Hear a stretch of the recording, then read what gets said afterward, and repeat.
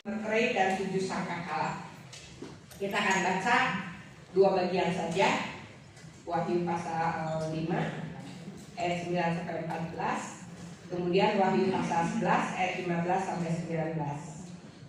Kita akan baca bersama-sama dari kanan terus ya, satu layar bergiliran. Bagian kanan dulu, 2, 3.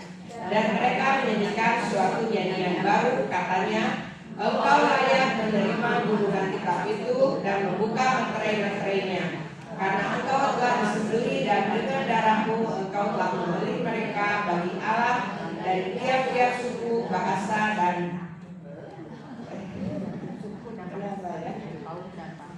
kaum dan bangsa. Dan engkau telah membuat mereka menjadi suatu kerajaan dan menjadi imam bagi Allah kita, dan mereka akan memerintah sebagai raja di bumi. Maka aku melihat dan mendengar suara banyak malaikat sekeliling tahta, makhluk-makhluk dan tua-tua itu. Jumlah mereka berlaksa-laksa dan beribu-ribu laksa. Katanya dengan suara nyaring, anak domba yang disembelih itu layak untuk menerima kuasa dan kekayaan dan hormat dan kemuliaan dan puji-pujian. Dan aku mendengar semua makhluk yang di surga dan yang di bumi dan yang di bawah bumi dan yang di laut dan semua yang ada di dalamnya berkata, bagi Dia yang duduk di atas tahta dan bagi anak domba adalah puji-pujian dan hormat dan kemuliaan dan kuasa sampai selama-lamanya. Satu lagi ya. Dan keempat makhluk itu berkata, amin. Dan tua-tua itu jatuh tersungkur dan menyembah. Kita lihat ya, di akhir kitab Wahyu itu yang ada adalah tahta Allah dan kemudian semua yang ada menyembah ya. Baik makhluk surgawi juga umat tebusan. Balik lagi ya, kita baca yang pasal 11-nya. 2, 3. Lalu malaikat yang ketujuh meniup sangkakalanya dan terdengarlah suara-suara nyaring di dalam surga, katanya, pemerintahan atas dunia dipegang oleh Tuhan kita dan Dia yang menyerapinya, dan Dia akan memerintah sebagai raja sampai selama-lamanya. Satu bagian lagi. Dan ke-24 tua-tua yang duduk di hadapan Allah di atas tahta, mereka tersungkur dan menyembah Allah. Bagian tengah. Sambil berkata, kami mengucap syukur kepadamu ya Tuhan Allah yang Maha Kuasa dan yang ada dan sudah ada, karena Engkau telah membangun kuasa-Mu yang besar dan telah memulai pemerintahan sebagai raja. Dan semua bangsa marah, tetapi amarahmu telah datang, dan saat bagi orang-orang mati untuk dihakimi dan untuk memberi upah kepada hamba-Hamba-Mu, nabi-nabi dan orang-orang kudus, dan kepada mereka yang takut akan nama-Mu, pada orang-orang kecil dan orang-orang besar, dan untuk membinasakan barang siapa yang membinasakan bumi. 2, 3. Maka terbukalah bait suci Allah yang di surga, dan terlihatlah tabut perjanjiannya di dalam bait suci itu, dan terjadilah kilat dan deru guru dan gempa bumi dan hujan es lebat. Ya, jadi seperti yang pada bagian pertama ya saya katakan bahwa kitab Wahyu ini kita bersyukur Tuhan bukakan kepada Rasul Yohanes sehingga gereja Tuhan itu tahu bukan hanya kejadian ya asal mula kita ada di dalam dunia, tetapi kita tahu tujuan akhir dari perjalanan sejarah dunia ini, dari perjalanan umat manusia dan khususnya diri kita sebagai orang yang percaya Tuhan Yesus gitu ya, kemana dan bagaimana kondisi akhir dari umat Tuhan dan kondisi sejarah akhir dari kehidupan manusia di bumi ini. Itu semua dibukakan di dalam kitab Wahyu. Jadi kitab Wahyu ini bukan kitab yang menakutkan, tapi suatu kitab happy ending, ya, kemenangan setelah melewati berbagai perjuangan, pergumulan, pencobaan, penderitaan, bahkan buat orang percaya itu penganiayaan gitu ya. Tapi di dalam kitab Wahyu akhirnya kita melihat bagaimana kebenaran Allah itu menang atas kuasa si jahat yang sudah merebut manusia dari tangan Allah pencipta. Ya, jadi kejadian 3 ketika manusia jatuh dalam dosa itu manusia akhirnya masuk ke dalam upah dosa yaitu maut. Akhirnya di dalam kitab Wahyu dikatakan oleh kuasa Yesus kita ditebus, diangkat, dan kita bisa hidup selama-lamanya di hadapan tahta Allah. Jadi kitab Wahyu ini kitab happy ending bagi umat manusia dan pengharapan yang besar. Sehingga kita harus tahu pasti ya, meskipun ada hal-hal yang cukup mengerikan ya, karena berisi penghukuman dan kekuatan kuasa Allah yang mengalahkan kejahatan. Pertempuran akhir untuk benar-benar mengeksekusi si jahat. Kita lihat garis besarnya, minggu lalu kita sudah belajar tentang surat kepada 7 jemaat di Asia Kecil. Jadi kitab Wahyu ini memang diberikan untuk orang percaya ya. Jadi diberikan kepada sebelumnya di 3 pasal pertama itu berisi pesan terhadap gereja ya, 7 gereja di Asia Kecil, supaya mereka tetap setia ya, supaya mereka tetap menjadi saksi Tuhan di bumi karena kesudahan zaman sudah dekat gitu ya. Nah sekarang kita bagian keduanya dari pasal 4 sampai 22. Kita bagi 2 ya. Hari ini kita akan belajar dari pasal 4 sampai 11. Jadi ibu-ibu kalau dibagikan sama pikomnya itu klik video tentang kitab Wahyu bagian pertama itu harus ditonton sampai habis ya. Jadi bisa tahu garis besarnya, sehingga pada waktu hari ini dijelaskan sudah ada gambar. Perjanjian lama masih bisa sampai 600 tahun. Tapi makin lama makin polusi gitu kan. Jadi makin pendek umur manusia, makin dipersingkat gitu ya. Nah sebetulnya sifat manusia itu kekal karena ada roh. Dihembuskan roh Allah, diciptakan segambar dengan Allah, jadi partner Allah selama-lamanya dalam kerajaan surga seharusnya. Tapi sayang Adam Hawa jatuh dalam dosa pemberontakan, dosa sombong sama seperti si iblis ya. Jadi akhirnya manusia umurnya dibatasi, dia akan binasa kekal, masuk ke dalam kerajaan maut, nggak bisa hidup kekal. Dosa nggak bisa hidup kekal, meskipun Tuhan itu mah orang teh baik pisan. Dosanya cuma setitik paling juga selama hidupnya, kok kenapa nggak bisa masuk surga gitu ya? Nggak bisa, karena di surga kalau setitik dosa pun itu seperti kanker dosa itu ya, seperti sel kanker akan bertambah banyak. Jadi kalau kita mau hidup di hadapan Allah itu benar-benar harus kudus, karena Allah kudus tidak bisa bersatu dengan dosa. Gelap tidak bisa bersatu dengan terang ya, begitu terang datang gelap harus pergi. Nah begitu ya. Jadi manusia yang kayaknya diciptakan kekal karena jatuh dalam dosa maka harus mati gitu. Nah Allah mengasihi ya, Allah mengasihi manusia itu diciptakan seperti lebih dari ibu ke anak gitu ya, sayangnya. Jadi Allah memberikan penebusan, datang ke dalam dunia inkarnasi untuk menyelamatkan manusia, berkorban di kayu salib. Nah sejak Tuhan Yesus datang itu disebut kerajaan Allah sudah datang ya, kerajaan Allah yang sifatnya sudah datang. Jadi orang yang percaya kepada Yesus mereka bisa masuk ke dalam kerajaan Allah. Mereka berjalan untuk waktu yang kekal, enggak lagi masuk ke dalam jurang maut gitu ya. Jadi kapan kerajaan Allah sudah datang? Sejak waktu Yesus datang ke bumi, kerajaan Allah sudah datang. Ingat Rasul Yohanes Pembaptis ya, bukan Rasul Yohanes. Yohanes Pembaptis selalu memberitakan kerajaan Allah sudah datang, kerajaan Allah sudah datang, karena dia tahu Tuhan Yesus sudah datang gitu ya. Dia mempersiapkan jalan untuk orang-orang terima Tuhan, jadi murid Tuhan Yesus. Ini kerajaan Allah sudah datang karena Tuhan Yesus raja di surga turun ke bumi gitu ya. Jadi kerajaan Allah sudah datang. Kita sudah hidup di dalam masa kerajaan Allah. Nah, tapi kenapa kita masih menjalani kehidupan di bumi yang berdosa? Tunggu, Tuhan masih ingin menyelamatkan sebanyak-banyaknya orang.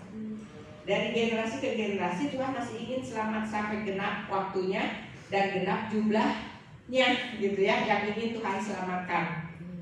Ingat ya waktu Sodom Gomora, Tuhan katakan kalau ada 5 orang aja di kota Sodom Gomora yang benar, enggak akan dibinasakan. Bahkan kalau ada 1 orang aja yang benar yang cari Tuhan, tidak akan dibinasakan. Ya, kenapa sih Tuhan Yesus nggak datang-datang?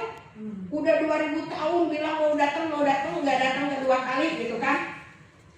Karena Tuhan sabar dan masih ingin 1 orang pun tidak binasa. Jadi kalau mau Tuhan datang, cepat-cepat beritakan Injil.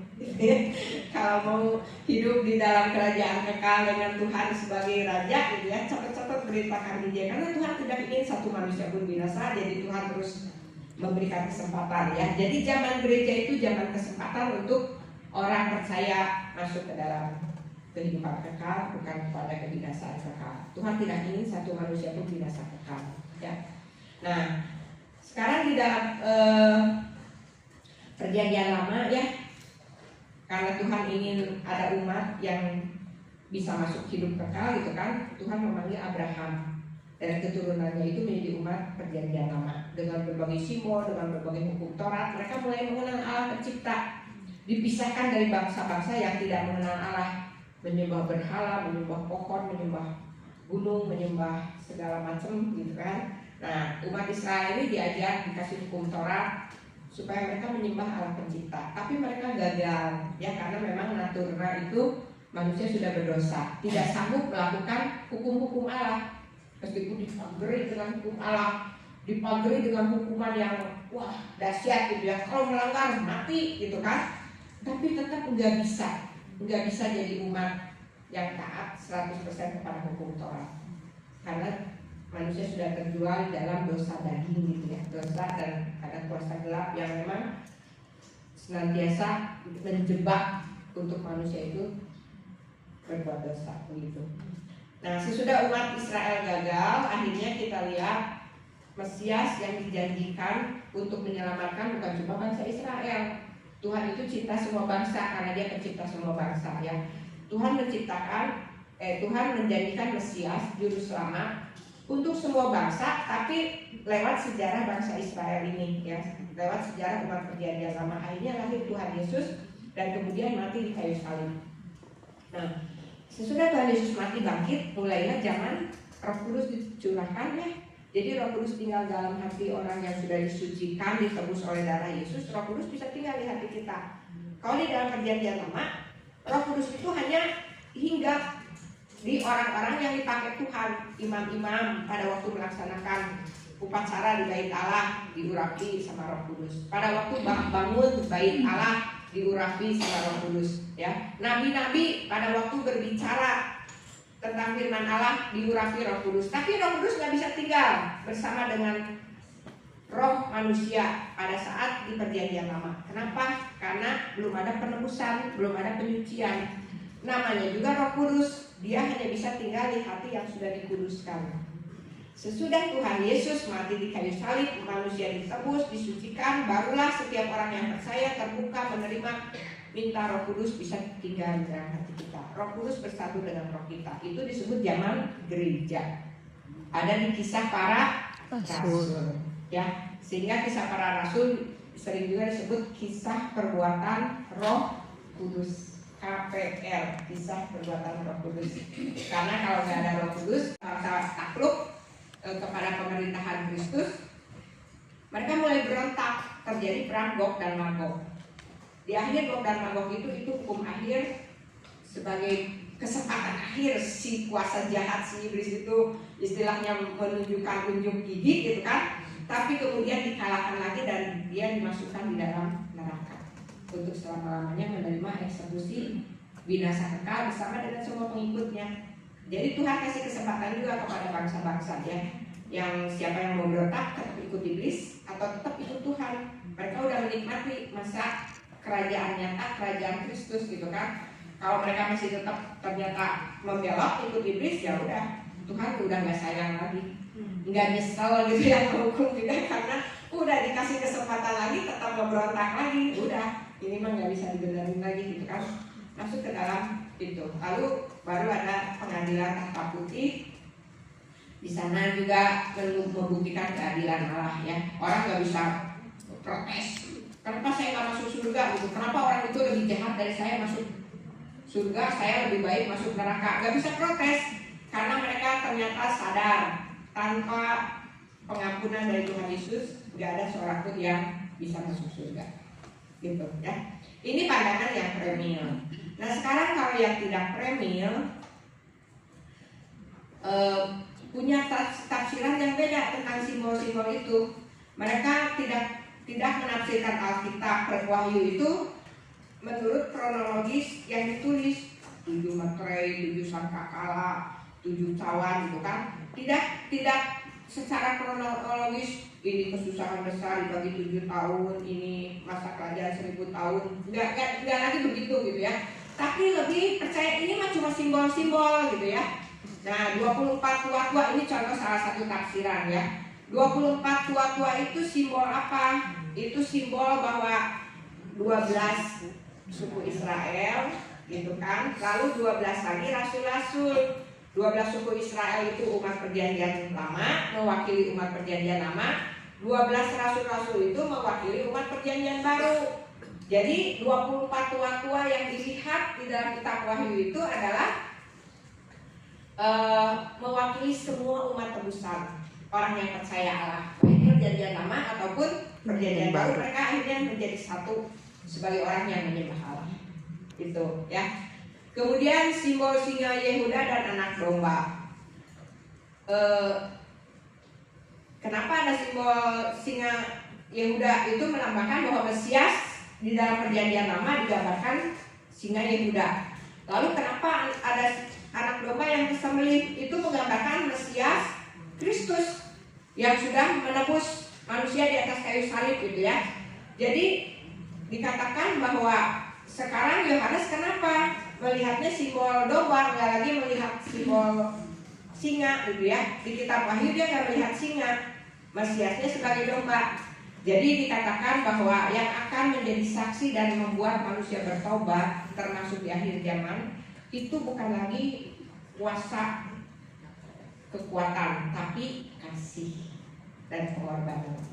Dengan kasih dan pengorbanan Kristus bersama gereja Tuhan, maka orang-orang itu akan bertobat. Dengan hukuman tetap tidak. Ya, jadi meskipun hukuman-hukuman itu dijatuhkan, manusia tetap nggak bertobat. Jadi diharapkan gereja itu di akhir zaman tetap menjadi saksi Tuhan, tetap menjadi pengikut Tuhan, gitu ya, tetap menjadi pengikut Tuhan supaya tambah banyak pengikutnya, karena kasih itu akan menarik banyak orang. Di akhir zaman akan kekurangan kasih dan pengorbanan itu tetap ya. Jadi kalau untuk yang non premium, mereka tidak lagi mengharapkan nanti Israel itu harus mendirikan lagi, di Israel itu harus ada kerajaan bait Allah yang ketiga ya.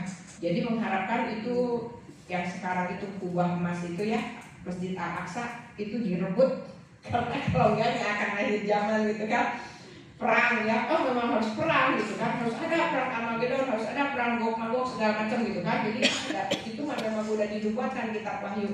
Nah kalau yang non-premier enggak lagi mengamati hal itu ya. Mereka tahu bahwa gempa bumi nanti akan dilihat ya, materi itu apa yang terjadi. Tapi tetaplah kita itu sebagai umat perjanjian baru, gereja Tuhan, jadi pengikut Tuhan, jadi pengikut domba yang disembelih, harus kasih dan pengorbanan, setia dalam iman. Jadi apapun yang terjadi mah masa bodoh teuing, pokoknya mah kita mah tetap menjadi saksi Tuhan ya, nggak ikut peperangan, nggak ikut pengen membinasakan orang lain gitu ya, tapi pengen menyelamatkan orang lain gitu.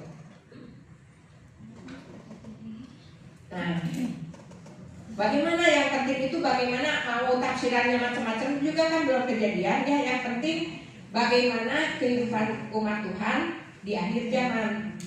Yang pertama, kalau kita udah belajar dan tahu kitab Wahyu, dengan jelas dikatakan hanya doa yang bisa dinaikkan dan itu yang diperhatikan oleh Allah ya. Doa orang kudus itu ibarat kemenyan yang harum ya, yang naik ke hadapan Allah dan didengar Allah, dan itu yang akan juga mewarnai bagaimana zaman berakhir ya. Mudah-mudahan nggak terlalu istilahnya tuh membinasakan ya, membinasakan terlalu banyak orang, tetapi banyak orang yang bisa diselamatkan gitu ya. Berdoa dan berjaga, karena di akhir zaman itu, di ujung akhir zaman itu, pertempuran antara si jahat sebelum dia dieksekusi makin besar gitu ya.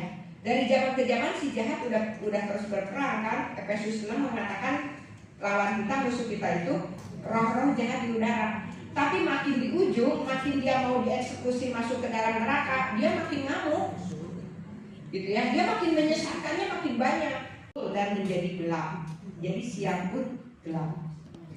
Lalu kemudian belalang yang menyerang, menyakiti manusia dan membuat manusia ingin mati. Di masa belalang ini nggak ada maut, nggak ada yang bisa mati. Jadi disiksa, sakit tapi nggak bisa mati. Jadi orang sampai masuk ke gua pengen mati. Ini kayaknya mau terang clear. Karena dibilang itu binatang. Jadi bukan belalang beneran ya, bukan belalang beneran seperti di zaman Mesir. Jadi bayangkan aja ya Rasul Yohanes di Pulau Patmos tahun 90-an Masehi, ada yang bilang tahun 60 Masehi kita Wahyu. Masa tank wajah juga dia nggak tahu? Lagi nuklir gitu kan. Pokoknya itu belalang itu, yang pasti itu belalang itu dikatakan kunci alam maut dibuka, jadi keluar dari alam maut itu, dan ujung-ujung dalangnya itu iblis ya. Jadi dia itu disuruh menyerangnya bukan lagi tumbuhan. Kalau di zaman tulah Mesir kan tumbuhan, ini disuruh menyerangnya manusia ya. Jadi terjadilah mungkin itu luar biasa kejahatan gitu kan, egois manusia antar bangsa, perang-perang yang kata-kata ada moncongnya, ada ekornya, bisa keluar api segala macam ya. Itu mungkin senjata-senjata canggih buatan manusia, AI lah segala macam ya. Sekarang teknologi AI, manusia robot, nah nanti perangnya manusia robot itu. Kita siapa tahu kalah lagi katanya. Ya itu bahaya AI, manusia robot lebih pintar dari manusia, nanti mereka lebih pintar, gak bisa dikendalikan sama yang bikinnya, dia yang menyerang manusia gitu kan gitu. Jadi kita nggak tahu ya. Dikatakan 2050 Elon Musk itu sedang bikin Mars nanti bisa didudukin. Ada jadi tur tuh nanti bukan lagi tur di bumi tapi tur ke Mars. Ya harus punya duit lah. Kalau mau ke sana. Lalu di sana akan ada rumah-rumah untuk manusia yang bisa tinggal. Nggak tahu mau bikin berapa ribu rumah di Mars. Ya, jadi zaman itu teknologi semakin canggih. Dan memang ada karya-karya masa si iblis menunggangi lah untuk menggenapi gitu kan, untuk menggenapi kejahatannya, tapi Tuhan bisa merekarnakan menjadi yang baik gitu ya. Jadi kita nggak tahu ya 2000, bahkan dikatakan 2000 berapa ya, kemungkinan masih hidup lah 20 tahun lagi tuh udah mulai kemungkinan masih bisa hidup gitu kan. Ya, sepertiga penduduk bumi mati. Tadi dimaterikan seperempat mati. Nah kemudian pada waktu sangkakala ini sepertiga penduduk bumi mati oleh malapetaka. Tapi manusia tetap tidak bertobat, tidak cari Allah, ya. Tetap pada dosa, sihirnya makin jago, ya. Penyembahan roh jahatnya juga tetap kuat, membunuh, mencuri, berzina, tetap itulah manusia, gitu ya. Jadi hanya dengan kasihlah manusia bisa bertobat ya, dengan kesaksian jemaat gereja Tuhan ya, bertahan dan setia, tetap menjadi saksi Tuhan, tetap menjadi kesatuan umat yang memuliakan Tuhan ya. Kita bisa bersama-sama dengan orang percaya, bisa mengenal, membaca tanda-tanda zaman, karena orang nggak percaya tuh nggak akan percaya kita Wahyu gitu kan. Tetap bekerja sesuai talenta dan karunia yang Tuhan berikan. Jangan kan akhir zaman udahlah males. Karena memang jadi penghiburannya, anak saya kan nggak mau sekolah-sekolah, nggak mau kuliah juga, nggak mau mau jadi. Saya bilang udahlah Tuhan, dan Tuhan juga nanti datang. Nah ini salah ya. Kita tetap harus berkarya ya. Pikir ya udahlah, hidup juga singkat, orang juga kuliah mati, udah tamat, orang juga jadi sarjana udah mati gitu kan. Udah yang penting mah hidup aja, udah hidup juga udah bersyukur daripada stres. Saya kalau dia waktu ini beberapa ini udah tensi itu tinggi terus gitu ya, karena mikirin dia udah nggak usah stres, nikmatin aja hidup, biarin dia mau seneng aja gitu kan. Manusia dulu udah susah, ada mamanya bisa seneng, udah nggak ada mamanya nggak akan ada yang menangin dia gitu. Nah, tapi di kitab Tesalonika ya, terakhir kitab PA itu orang-orang itu karena menanti kedatangan Tuhan jadi malas, nggak mau kerja. Orang Yunani, jemaat Yunani Kristen, mereka tuh nggak mau kerjaan kasar. Jadi kata Paulus, jangan makan Kalau kalau tidak bekerja. Kalau mau makan harus bekerja. Ya. Kemarin ada uraian yang bagus tapi ini jadi panjang ya. Kejatuhan manusia dalam dosa itu gara-gara makan. Ya, makan buah antara baik dan jahat. Terus selama ini juga manusia kan ditutupnya dengan engkau akan bisa makan gitu kan. Kadang ya. Terus si ular juga dikutuk, kamu akan makan debu tanah. Debu tanah itu kan manusia dibuat dari debu tanah.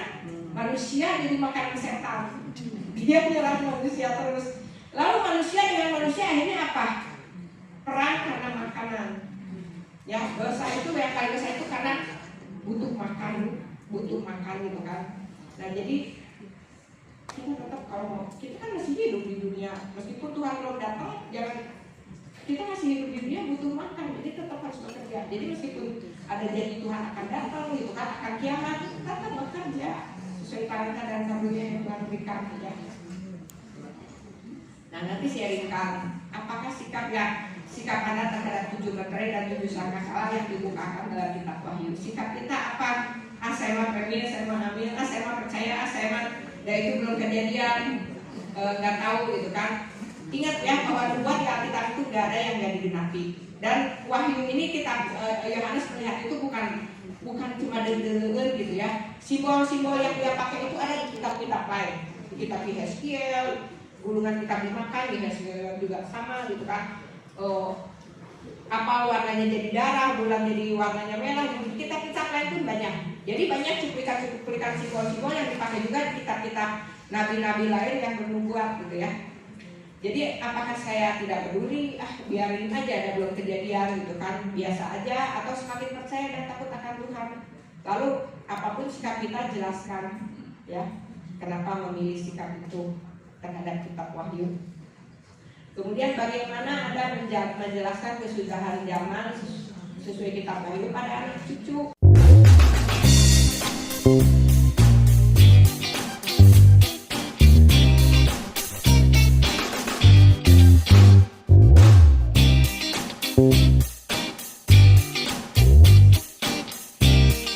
Thank you.